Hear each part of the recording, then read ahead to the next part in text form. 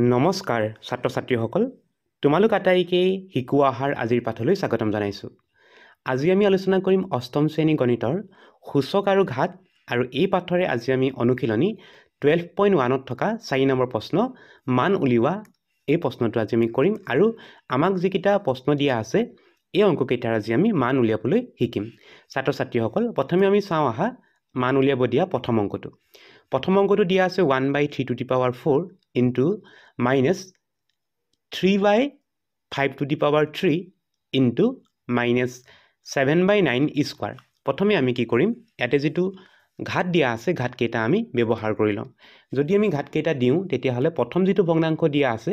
এই ভগ্নাংশত ঘাতটো দিলে আমি পাম 1 to the power 4। যেহেতু ঘাতটো হৰ আৰু লব দুইটাৰ ওপৰতে বহাব লাগিব। লব আছে 1ৰ ওপৰত আহিব 1 to the power 4, হৰ আছে 3ৰ ওপৰত আহিলে হ'ব 3 to the power 4 ইনটু পূৰণ কৰিব লাগিব তাৰ পিছৰ পদটো। পিছৰ পদটোত যিহেতু এটা মাইনাছ চিন দিয়া আছে আৰু মাইনাছ চিন থকাৰ পিছত যিটো ইয়াত সূচক দিয়া আছে সূচকটো 3টো হৈছে এটা অযুগ্ম সংখ্যা, গতিকে অযুগ্ম সংখ্যা থকাৰ কাৰণে এই মাইনাছ চিনটো মাইনাছ হ'ব। এইটো মনত ৰাখিবা, যদি মাইনাছ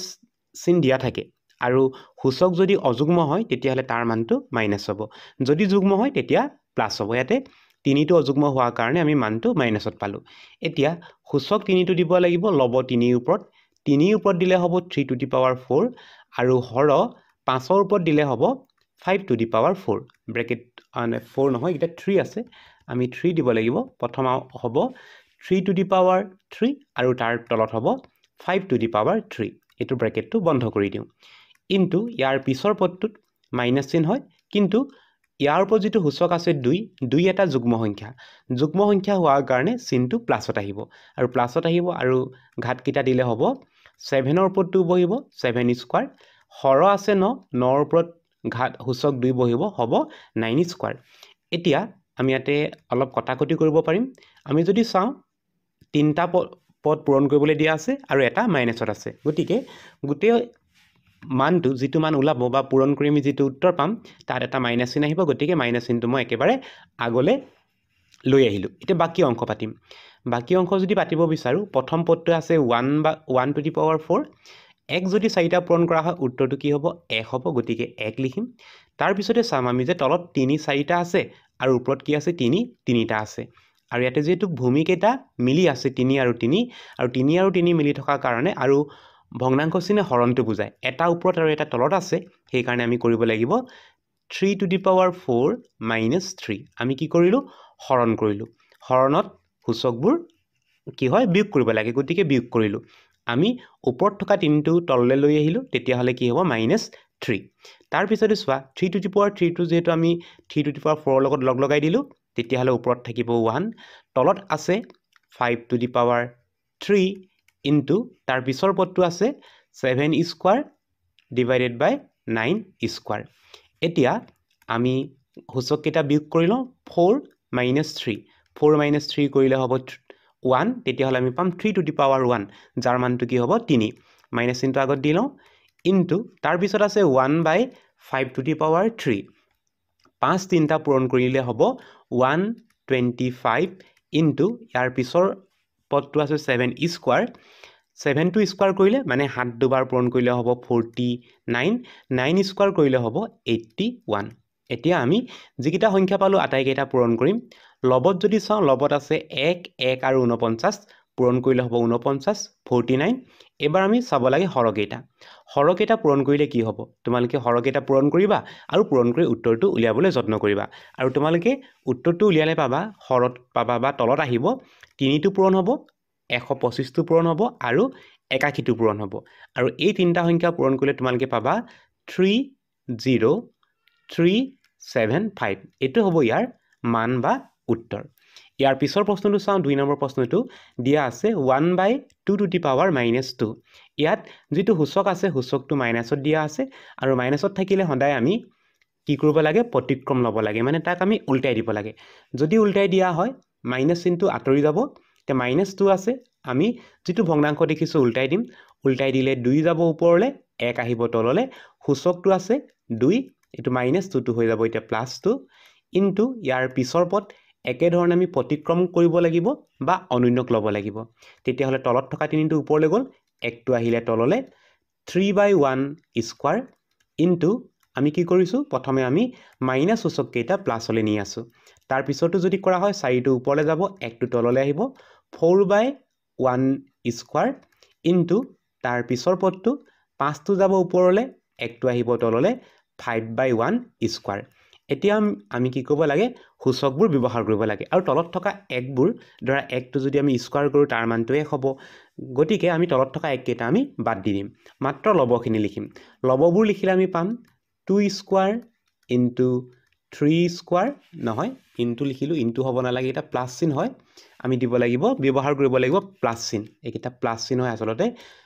নহয় এইটো প্লাছ চিনে হয় মোৰ দিওঁতে ভুল হৈছে তোমালোকে এইটো শুদ্ধ কৰিবা ইয়াতে কি আহিব প্লাছ চিন আহিব বা যোগ চিন আহিব প্ৰথম আহিলে 2 স্কোৱাৰ প্লাছ তাৰপিছত আহিব 3 স্কোৱাৰ প্লাছ তলত থকা একটো আমি আঁতৰাই গৈছোঁ তাৰপিছত হ'ব 4 স্কোৱাৰ আৰু তাৰপিছত আহিব 5 স্কোৱাৰ এতিয়া স্কোৱাৰ যদি কৰোঁ 2 স্কোৱাৰ কৰিলে হ'ব 4 3 স্কোৱাৰ কৰিলে 3 3 গুণে 9 আৰু 4টো স্কোৱাৰ কৰিলে হ'ব 4 4 গুণে 16 যোগ 5টো স্কোৱাৰ কৰিলে হ'ব 25 এতিয়া আমি এইকেইটা সংখ্যা যোগ কৰিব লাগিব যোগ কৰিলে হ'ব 54 এইটো হ'ব ইয়াৰ মান এবাৰ আমি চাম ইয়াৰ পিছৰ প্ৰশ্নটো 3 নম্বৰ প্ৰশ্নটো ইয়াতে আমাক দিয়া আছে 1/3⁻0 ইয়াতে মন কৰিবা যেতিয়া কোনো এটা সংখ্যাৰ ওপৰত শূন্য সূচক থাকে তাৰ মানটো কি হয় 1 হয় গতিকে প্ৰথম ৰাশিৰ মানটো পালোঁ আমি 1 যোগ চিন আছে যোগ চিন দিম তাৰপিছত দিয়া আছে -1 -1 কি কৰিব তলত থকা যিটো পদ আছে তাক কি কৰিব উল্টাই দিব সংখ্যাটো প্ৰতিক্ৰম কৰিব লাগিব তেতিয়াহ'লে 3টো যাব ওপৰলৈ যাব 3 তলত আহিব 1 আৰু সূচকৰ যিটো চিন মাইনাছৰ পৰা হ'ব +1 প্লাছ তাৰ পিছৰ পদটো আমি একেধৰণে প্ৰতিক্ৰম ল'ব লাগিব 3টো যাব ওপৰলৈ 1টো যাব তললৈ আৰু -2টো হৈ যাব +2 প্লাছ তাৰ পিছৰ পদটো একেধৰণে হ'ব ওপৰলৈ যাব 3 আৰু তললৈ আহিব 1 টু দি পাৱাৰ -3টো হ'ব টু দি পাৱাৰ 3 এতিয়া আমি কৰি যাওঁ প্ৰথমটো হ'ব 1 যোগ তাৰ পিছৰ পদত তলত থকা একটো আমি লিখিব নালাগে 3 টু দি পাৱাৰ 1 তাৰ মানটো হ'ব 3 প্লাছ তাৰ পিছৰ পদটো তলত থকা 1টো আমি বাদ দি দিলোঁ বা লিখিব নালাগে কাৰণ একে হৰণ কৰিলে উত্তৰ একেধৰণে পাম 3 স্কোৱাৰ হ'ব 3 স্কোৱাৰ কৰিলে হ'ব 9 প্লাছ তাৰ পিছৰ পদটো 3 কিউব 3টা পূৰণ কৰিলে হ'ব 27 তলত থকা একটো আমি বাদ দি দিলোঁ এতিয়া আমি পালোঁ 1 যোগ 3 যোগ 9 যোগ 27 এই সংখ্যাকেইটা যদি আমি যোগ কৰোঁ যোগ কৰিলে যোগফলটো হ'ব 40 উত্তৰটো হ'ব তেতিয়াহ'লে 40 এবাৰ আমি চাম 4 নম্বৰ প্ৰশ্নটো 4 নম্বৰ প্ৰশ্ন দিয়া আছে -5 to the power -1 plus 3 to the power -1 plus 7 to the power -2 আৰু ব্ৰেকেটৰ ওপৰত দিয়া আছে টু দি পাৱাৰ 0 আৰু মনত ৰাখিবা যেতিয়াই সূচকটো শূন্য হ'ব সূচকটো শূন্য হোৱাৰ লগে লগে তাৰ মানটো কি হ'ব 1 হ'ব গতিকে আমি ব্ৰেকেটৰ ভিতৰখিনি কৰিব দৰকাৰ নাই শূন্য সূচক আছে গতিকে তাৰ মানটো আমি লিখিব লাগিব 1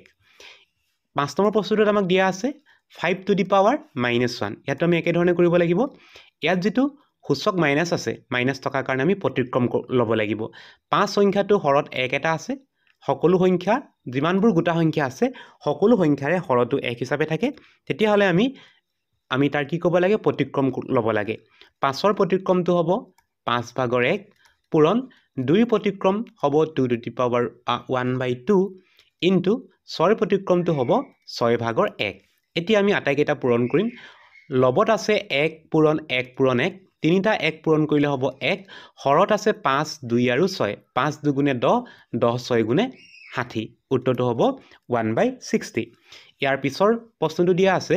3 to the power -2 to the power -3 ইয়াতে আমি দেখিলোঁ 3ৰ ওপৰত দুটা সূচক আছে এটা হৈছে -2 আৰু এটা হৈছে -3 আৰু সূচকৰ ওপৰত যেতিয়া এনেদৰে সূচক থাকে তোমালোকে সূচক কেইটা পূৰণ কৰি দিব লাগিব যদি পূৰণ কৰা হয় ইয়াতে আমি পূৰণ কৰিব লাগিব -2 ইনটু -3 -2 আৰু -3 পূৰণ কৰিলে হ'ব 6 তেতিয়াহ'লে আমি সূচকটো পাম 3 টু দি পাৱাৰ 6 এতিয়া 3 6টা পূৰণ কৰিব লাগে 3 6টা যদি পূৰণ কৰা হয় উত্তৰটো হ'ব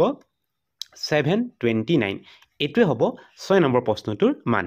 ছাত্ৰ ছাত্ৰীসকল আজিৰ পাঠটি ইমানেই আছিল আজিৰ পাঠটি ইমানতে সামৰিছোঁ নতুন এটি পাঠৰ আলোচনাৰ সৈতে তোমালোকক পুনৰ লগ পাম বুলি আশা ৰাখিলোঁ নমস্কাৰ